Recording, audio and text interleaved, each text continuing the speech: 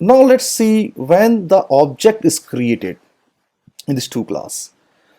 So let me use one of a constructor, any one of the constructor. Let me use here my own default constructor for the person.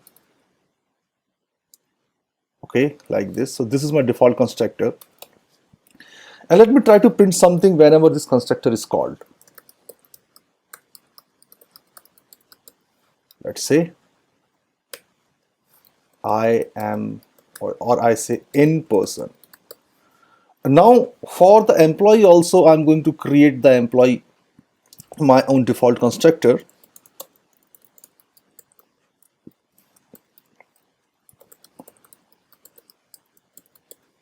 Println in employee. So what exactly that we are going to test? We are not going to test this method callings and all. Instead, we were going to test when the object of these classes is created.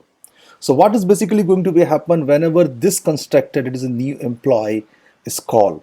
So the compiler will move and jump to this employee class, and first it will check whether this employee is inherited or not. And yes, we know this employee extends the person class.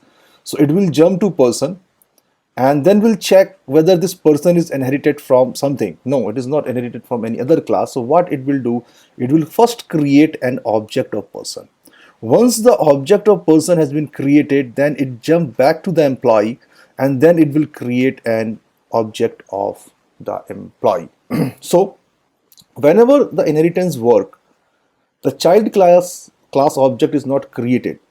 It will create it once the parent class's object has been created. Then after this, it will, at the last point, the latest child class object will be created. Now if I run this, you will see the difference. See first the in person. So what happened from the employee? Okay, the JVM jumped to in person, the person class, and person is not inherited from any other class. So what will happen? It will first create an object of person, and then it will create an object of employee. And this is how the construction of the constructor has been done.